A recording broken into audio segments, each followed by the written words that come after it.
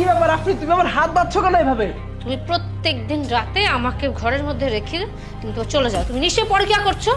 আরে বাবা, এইসব করে তোমার লাভটা কি? আর আমি কোনো মেয়ের সঙ্গে দেখা করতে যাই না, বিশ্বাস করো। চুপ, একদম মিথ্যে কথা বলবে না। প্রত্যেকদিন তুমি আমাকে ঘুমের মধ্যে রেখে রুম থেকে বের হয়ে যাও, আবার সকালবেলা রুমে চলে আসো। তুমি কি ভাবছো আমি কিচ্ছু টের পাই না? আমি সব কিছু টের পাই। আমি শুধু দেখবো যে আজকে তুমি কিভাবে এখান থেকে বের হও।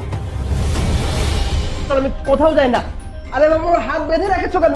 আরে ধুর, আমি তো মহা মুসিবতে পড়ে গেলাম। আল্লাহ,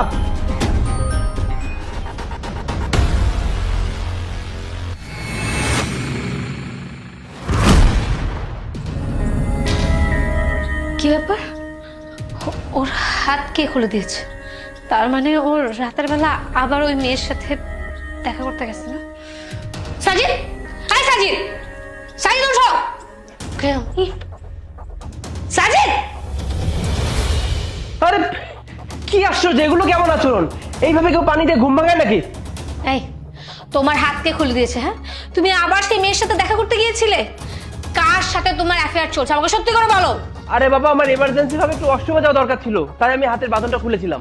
এই একদম মিথ্যে কথা বলবে না। আমি হাত যেভাবে বেঁধেছি অন্য কারো হেল্প ছাড়া এই হাত খোলা সম্ভবই ছিল না। সত্যি করে বলবে তুমি কার সাথে রিলেশনে আছো, না হলে কিন্তু আমি। আরে বাবা, আমি কতবার বলবো আমার কারোর সঙ্গে কোনো অ্যাফেয়ার নেই? তোমার কি আমার কথা একটু বিশ্বাস হয় না? আর তাছাড়া রোজ রোজ এসব নাটক আমার আর ভালো লাগে না।